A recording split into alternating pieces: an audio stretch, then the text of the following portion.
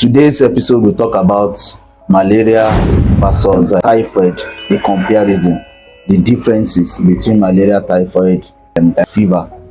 Malaria fever is a high body temperature that arises as a result of infection with malaria. That is plasmodium. There are different types of plasmodium that causes malaria, but the commonest ones are plasmodium vivae, plasmodium ovale, plasmodium falciparum, and plasmodium malaria. So malaria occurs when there is a bite from an infected mosquito, especially female anopheles mosquito. When it bites an infected person and transfer that plasmodium into an healthy person, the person can get malaria. There are basic signs of malaria. The fever, it always comes with chills and rigor. What we mean by chills, like the patient will be, apart from having that body hotness, the patient will have cold, will be feeling feverish, chilling. They always have rigor with the malaria. And malaria can come as well with headache. The patient is liable to have headache.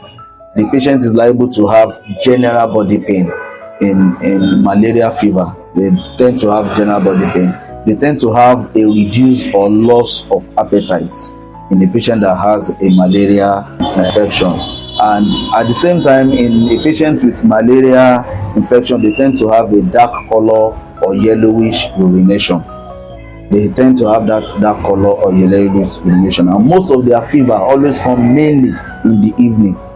For a malaria fever, most of the time they will feel that their fever in the evening, though they can feel it also during the day, but it's usually mainly during the evening.